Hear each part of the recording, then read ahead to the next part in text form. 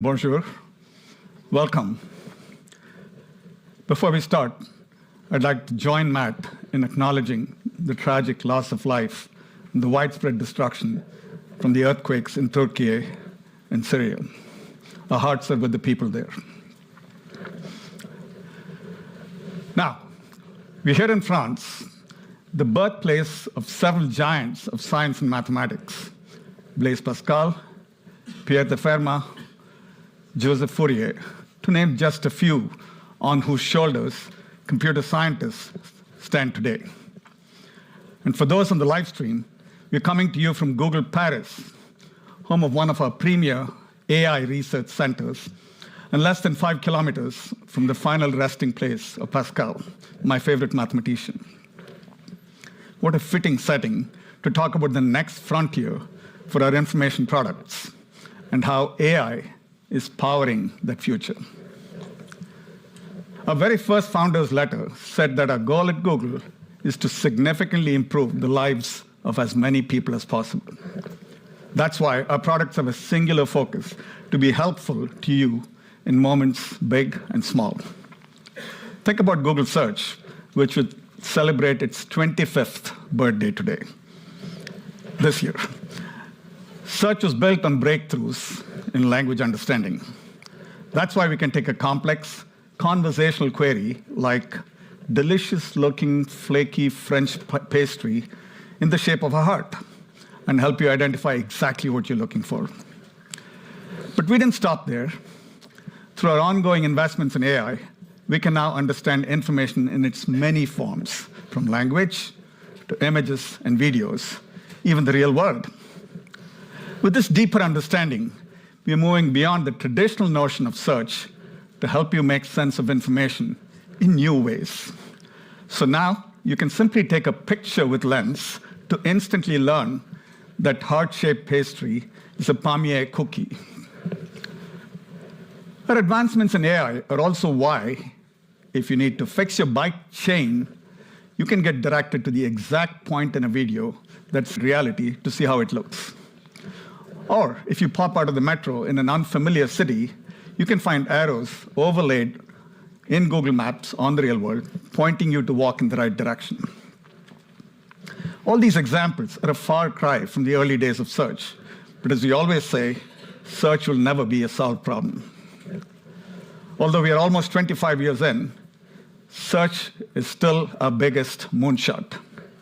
The thing is, that moon keeps moving. The perfect search remains elusive because two things are constantly changing. First, how people expect to engage with information naturally and intuitively. And second, how technology can empower that experience. And so we're creating new search experiences that work more like our minds, that reflect how we as people naturally make sense of the world. As we enter this new era of search, you'll be able to understand information no matter what language it originated in, search anyway and anywhere, be it on your screen or to explore the real world, and express yourself and unlock your creativity in new ways. Let's start with understanding information. We've seen time and time again that access to information empowers people.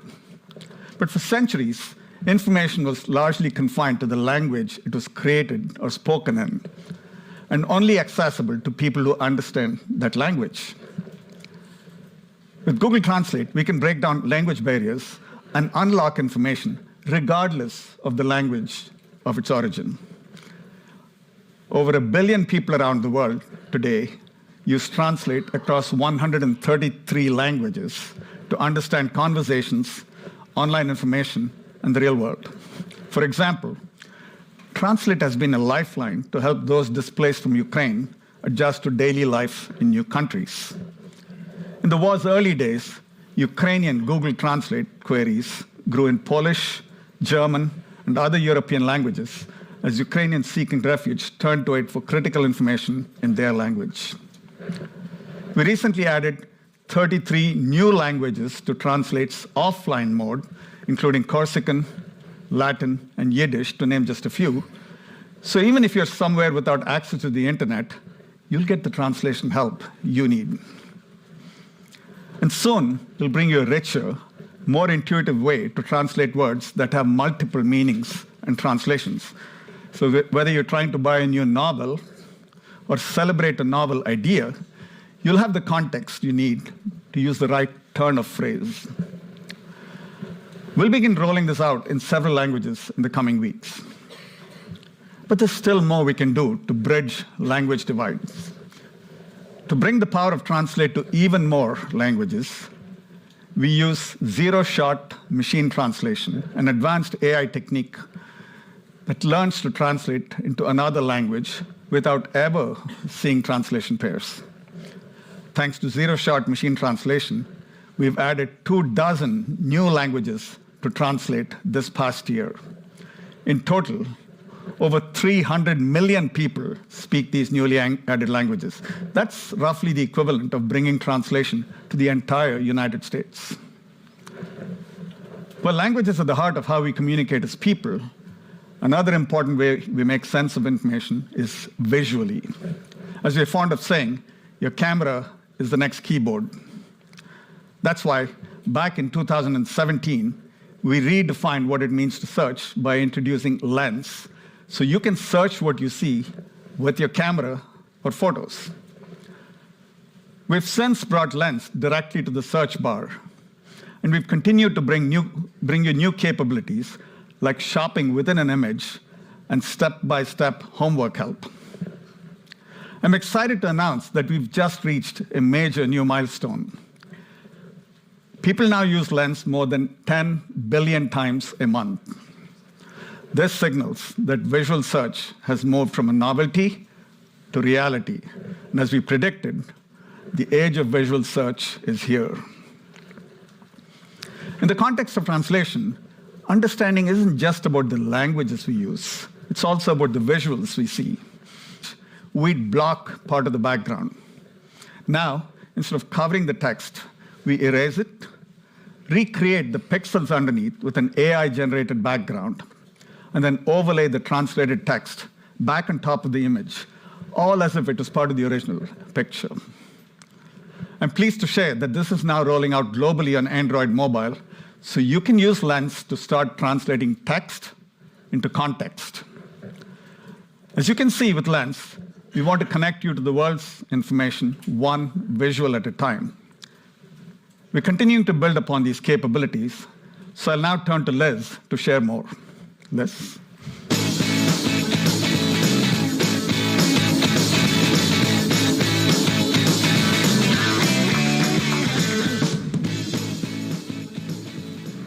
Thanks, Prabhakar. You can already use Lens to search from your camera or photos right from the search bar. But we're introducing a major update to help you search what's on your mobile screen. In the coming months, you'll be able to use Lens to search what you see in photos or videos across the websites and apps you know and love on Android. For example, let's say you get a message from your friend who sent a video exploring Paris. You'd like to learn what the landmark is that you see in the video. So you long press the power button on your phone, bring up Google Assistant, and tap Search Screen. Assistant connects you to Lens, which identifies it as Luxembourg Palace, and you can tap to learn more. Pretty awesome, huh? Think about it like this. With Lens, if you can see it, you can search it. As Prabhakar touched upon sometimes, it's the combination of words and images that communicate meaning. That's why last year we introduced Multisearch in Lens.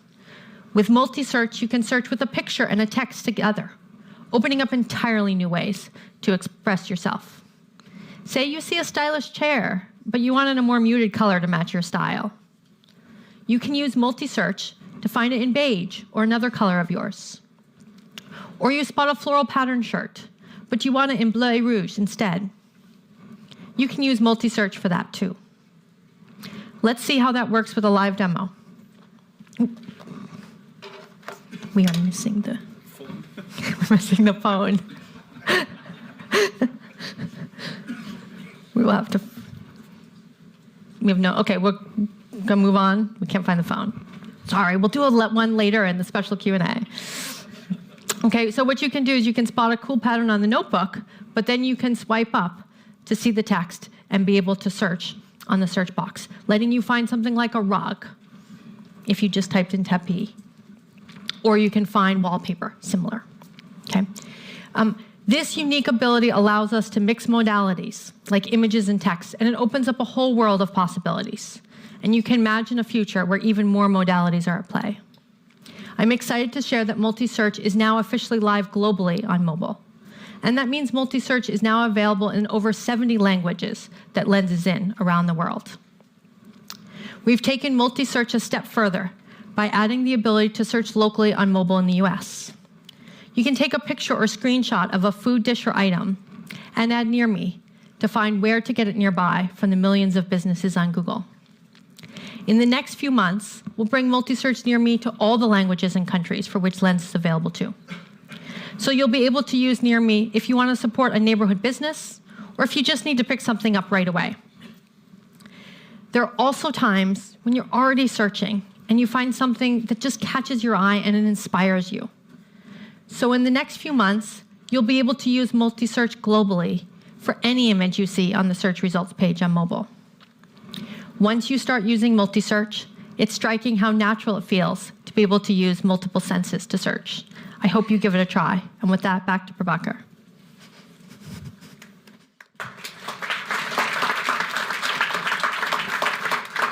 Thanks, Liz, and we'll have to figure out who stole your phone. So far today, we've talked about how AI is helping us more deeply understand the world's information so we can help you access it more naturally. But we've only scratched the surface of what's possible with AI. We've long been pioneers in this space, not just in our research, but also in how we bring those breakthroughs to the world and our products in a responsible way.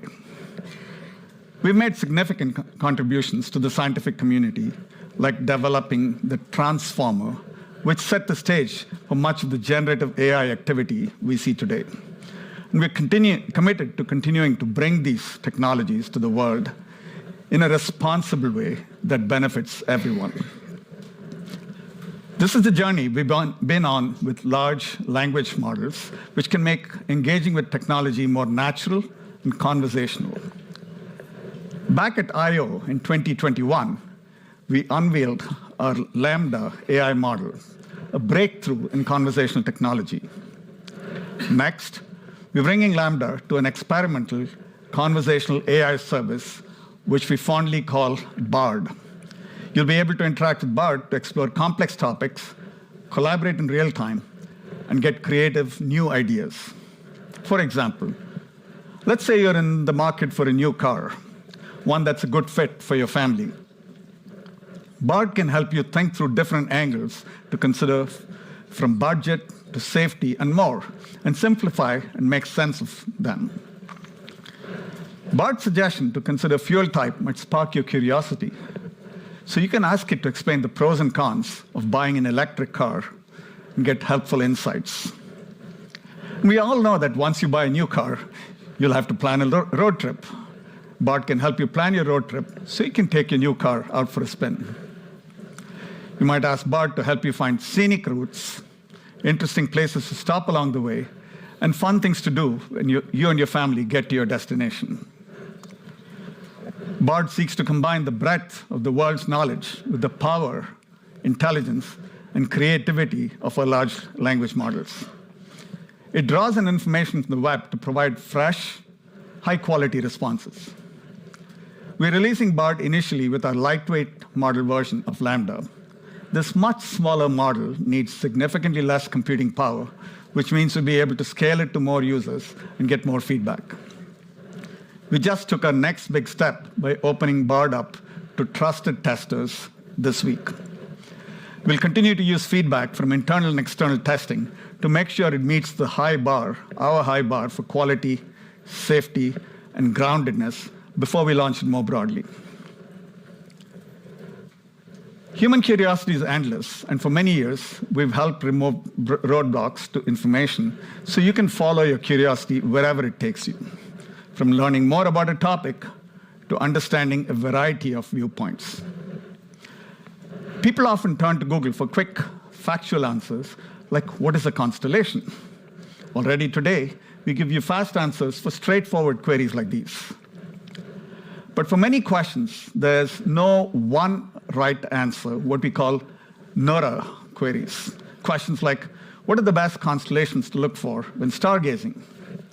For questions like those, you probably want to explore a diverse range of opinions or perspectives and be connected to the expansive wisdom of the web.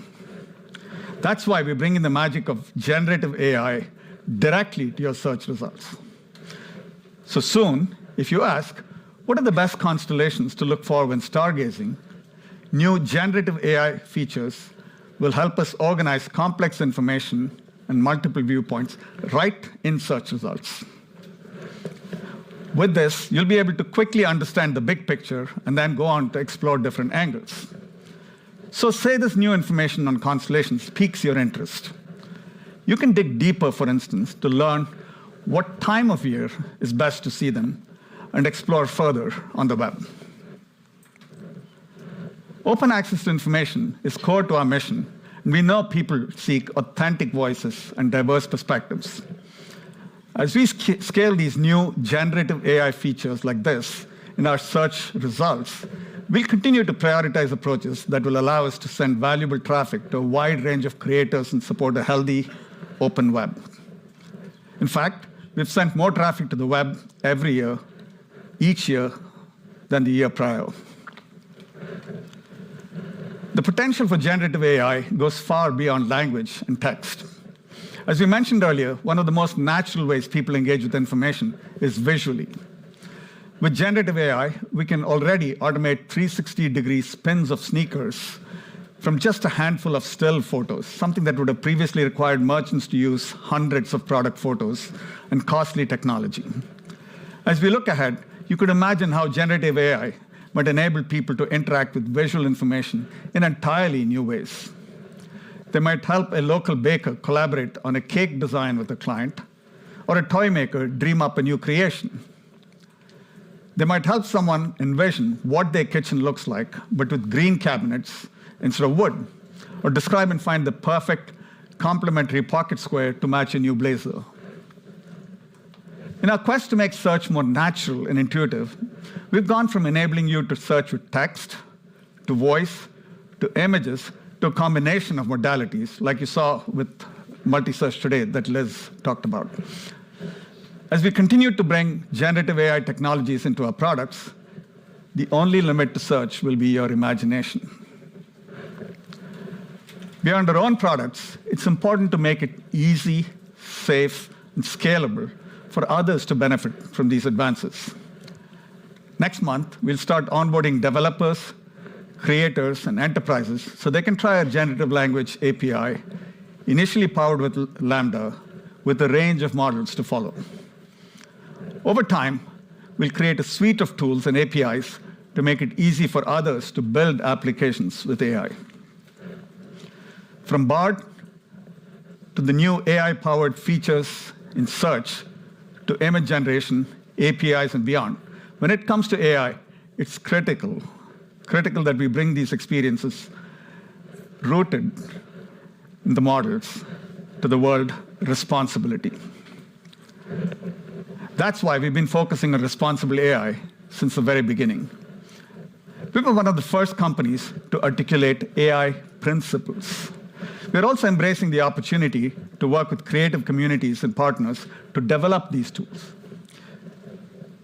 AI will be the most profound way to expand access to high-quality information and improve the lives of people around the world. We're committed to setting the high standard on how to bring it to people in a way that's both bold and responsible. So far, you've seen how we are applying state-of-the-art AI technologies to help you understand the world's information across languages and modalities. AI is also making it far more natural to make sense of and explore the real world, like with Google Maps. Over to Chris to share more. Come on up, Chris.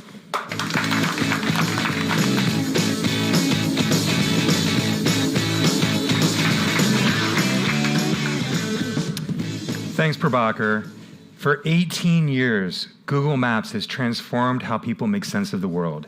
It's a valuable tool for over 1 billion people, helping them avoid traffic jams on the way to work, find restaurants in a new city, and so much more.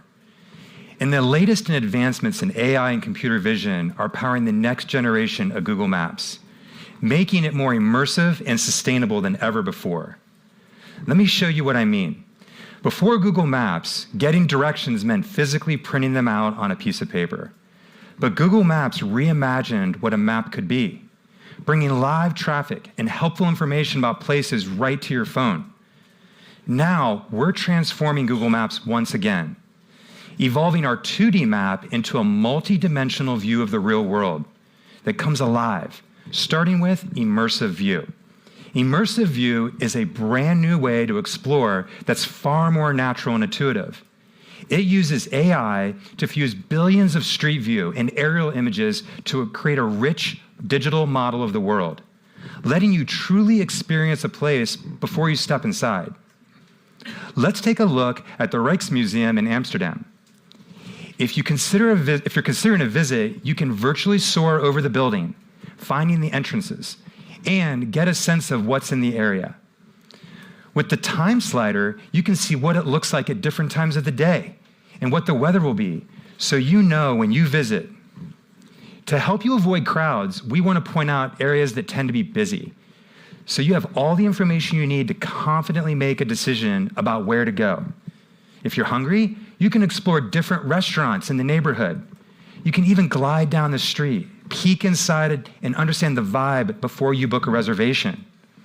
This stunning, photorealistic indoor view is powered by neural radiance fields.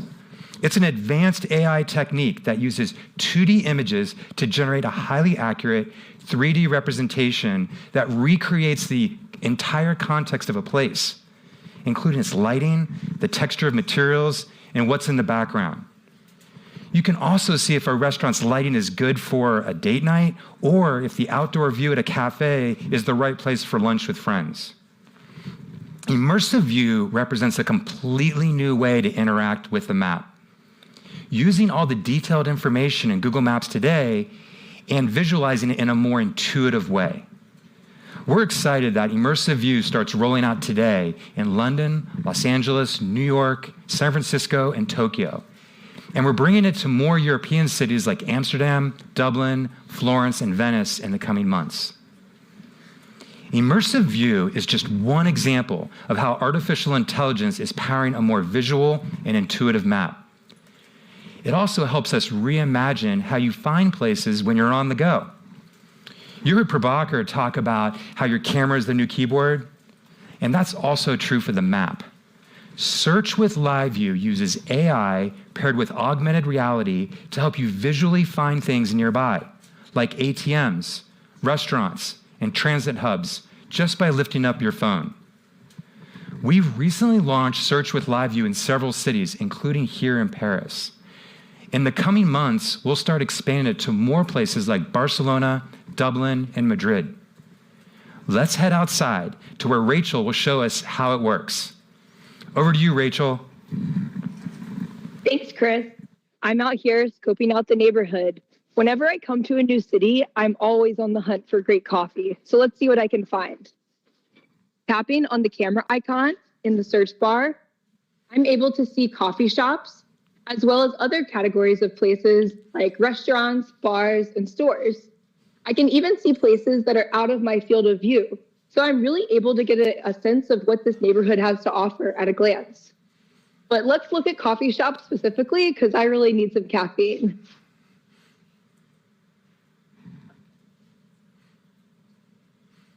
All right, so it looks like we have a few good coffee options right around here. I'm able to see if these places are open, if they're busy right now, and if they're highly rated. This one looks pretty good, so I'm gonna tap on it to learn more. All right. Okay, this looks pretty good. It has a high star rating. This looks really tasty and cute. All right, and it's not too busy right now, so I'm gonna head over there and grab an espresso. Back to you, Chris. Wow, thanks, Rachel. As you can see, pairing our AI with AR is transforming how we interact with the world. augmented reality can be especially helpful when navigating tricky places indoors, like airports, train stations, and shopping centers. We launched Indoor Live View in select cities to help you do just that. It uses AR arrows to help you find things like nearest elevators, baggage claim, and food courts. Today, we're excited to announce that we're embarking on the largest expansion of Indoor Live View to date. We're bringing it to 1,000 new venues in cities like Berlin, London, New York, Tokyo, and right here in Paris in the coming months. Today, you've seen how the future of maps is becoming more visual and immersive, but we're also making it more sustainable. It's all about helping people make the sustainable choice the easy choice. We recently launched eco-friendly routing in Europe to help you choose the most fuel-efficient, energy-efficient route to your destination, whether you drive a petrol, diesel, electric, or hybrid vehicle. And as we're seeing more drivers embrace electric vehicles, we're launching new Maps features for EVs with Google built in to make sure you have enough charge, no matter where you're headed. First, to help alleviate range anxiety, we'll use AI to suggest the best charging stop, whether you're taking a road trip or just running errands nearby. We'll factor in traffic, charge level, and the energy consumption of your trip. If you're in a rush, we'll help you find stations where you can charge your car quickly with our new very fast charging filter. For many cars, this can give you enough power to fill up and get back on the road in less than 40 minutes. Lastly, we're making it easier to see when places like supermarkets have charging stations on site with a new EV icon. So if you're on your way to pick up groceries, you can choose a store that also lets you charge your car. Look out for these Maps features in the coming months for cars with Google built in, wherever EV charging is available. To help drivers make the shift to electric vehicles, we're focused on creating great EV experiences across all of our products. For instance, in Waze, we'll soon be making it easy for drivers to specify their EV plug types so they can find the right charging station along their route. But we're not just focused on driving. In many places, people are choosing more sustainable options like walking, biking, or taking transit. On Google Maps, we're making it even simpler to get around with new glanceable directions. For example, when you're walking, you can track your journey right from your route overview. It's perfect for those times when you need to see your path. We'll give you easy access to updated ETAs and show you where to make the next turn. Information that was previously only available by using our comprehensive navigation mode. Glanceable directions start rolling out globally on Android and iOS in the coming months.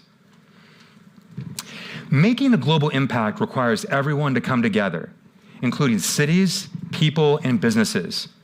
That's why we've worked with cities for years to provide key insights through Environmental Insights Explorer, or EIE, a free platform designed to help cities measure emissions. The Dublin City Council has been using EIE to analyze bicycle usage across the city and implement smart transportation policies. And in Copenhagen, we're using Street View cars to measure hyperlocal air quality with Project AirView. With this data, the city is designing low-emission zones and exploring ways to build schools and playgrounds away from high-pollution areas. These are just a few ways that AI is helping us reimagine the future of Google Maps, making it more immersive and sustainable for both people and cities around the world. And now I'll turn it over to Marcia to talk about the work we're doing in Europe with Google Arts and Culture.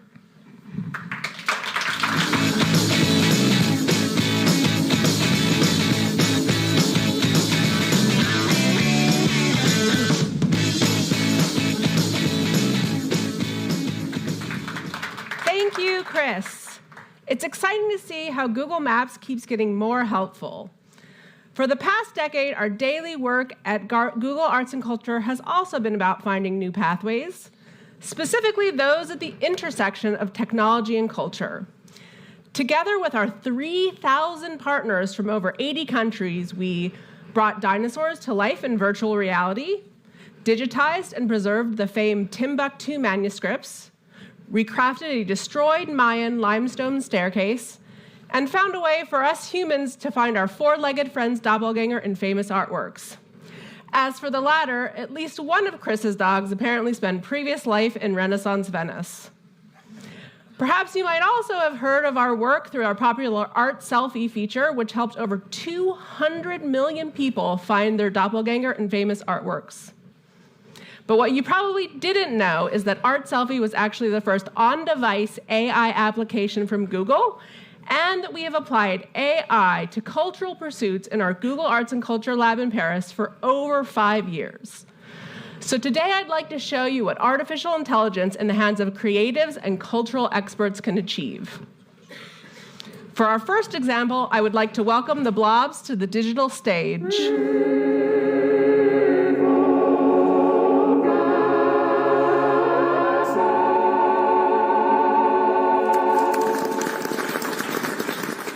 Thank you, blobs.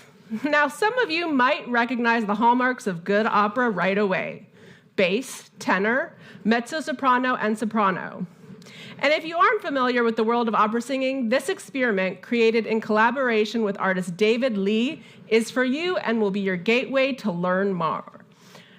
For Blob Opera, we teamed up with 4 professional opera singers whose voices trained a neural network, essentially teaching the AI algorithm how to sing and harmonize. So when you conduct the blobs to create your very own opera, what you hear aren't the voices of the opera singers, but instead the neural network's interpretation of what opera singing sounds like. Give it a try and join the many people from around the world who have spent over 80 million minutes in this playful AI experiment to learn about opera.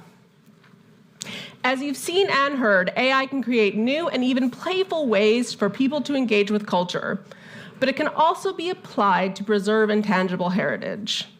As Prabhakar shared earlier, access to language and translation tools is a powerful way to make the world's information more accessible to everyone.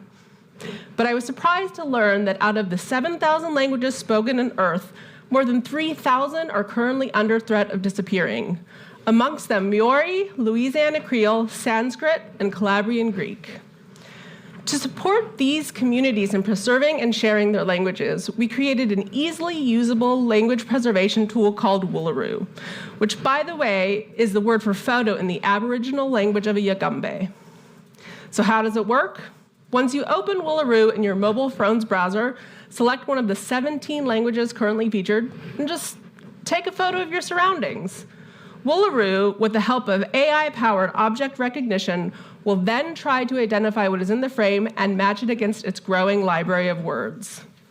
For me, this tool is special because it shows how AI can help to make a tangible difference for communities and real people, like the ones shown here, in their struggle to preserve their unique heritage.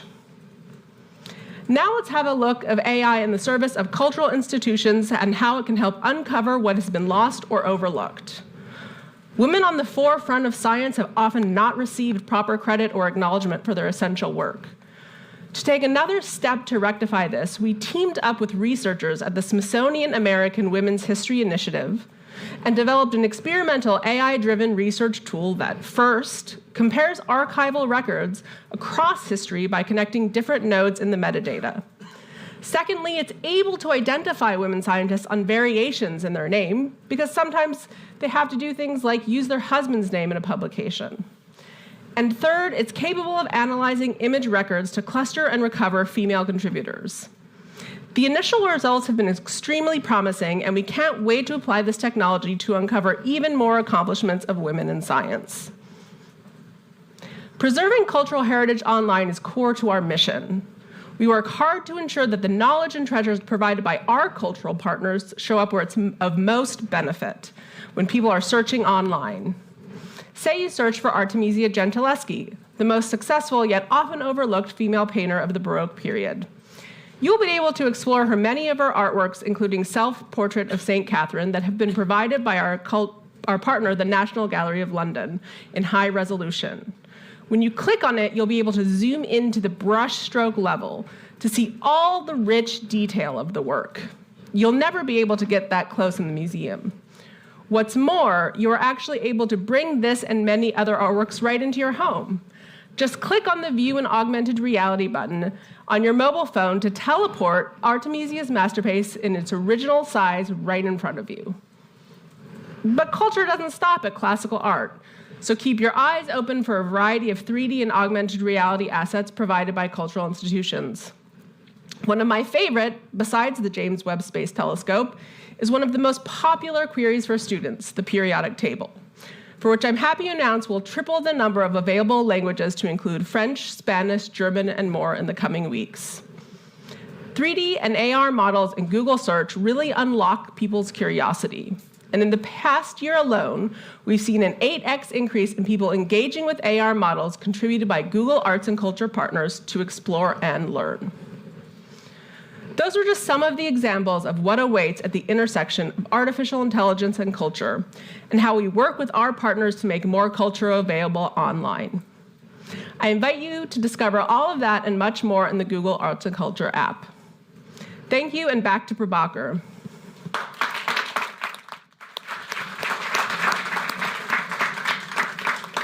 Thanks, Marcia. Today, you saw how we are applying state-of-the-art AI technologies to make our information products more helpful for you, to create experiences that are as multidimensional as the people who rely on them. We call this making search more natural and intuitive. But for you, we hope that it means that when you next seek information, you won't be confined by the language it originated in.